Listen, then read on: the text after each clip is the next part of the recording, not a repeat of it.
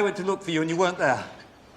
You're working in the garden. I didn't wish to disturb you. You disturb me when you disappear. I didn't disappear. I went for a walk. A walk? Is that all? Just a walk? Virginia, we must go home now. Nellie's cooking dinner. She's already had a very difficult day. It's just our obligation to eat Nellie's dinner. There is no such obligation. No such obligation exists. Virginia, you have an obligation to your own sanity. I've endured this custody. Endured this imprisonment. Oh, Virginia. I am attended by doctors everywhere. I am attended by doctors who inform me of my own interests. They know your interests. They do not.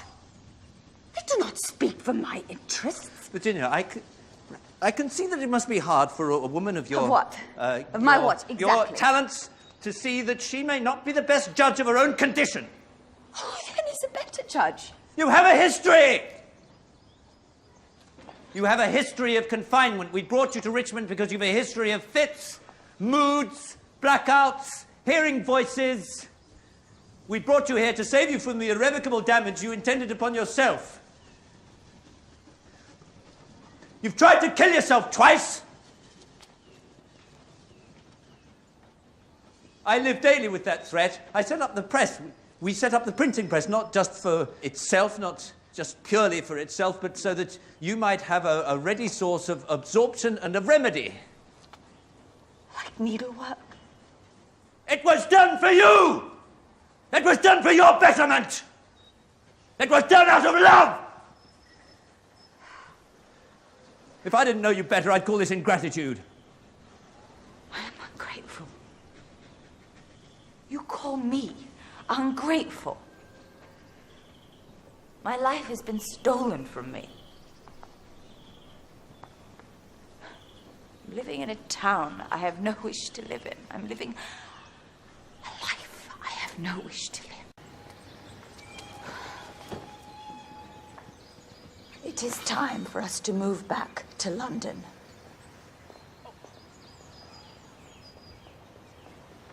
I miss London.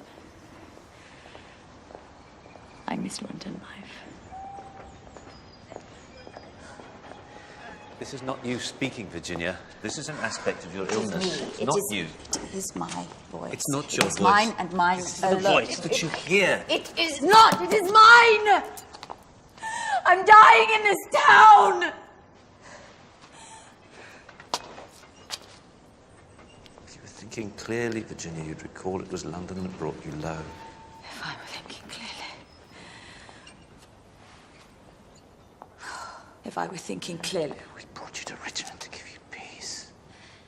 If I were thinking clearly, Leonard, I would tell you that I wrestle alone in the dark, in the deep dark, and that only I can know. Only I can understand my own condition.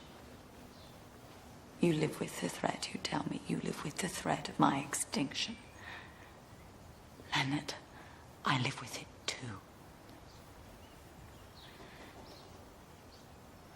This is my right. It is the right of every human being. I choose not the suffocating anesthetic of the suburbs, but the violent jolt of the capital. That is my choice. The meanest patient, yes, even the very lowest, is allowed some say in the matter of her own prescription. Thereby she defines her humanity.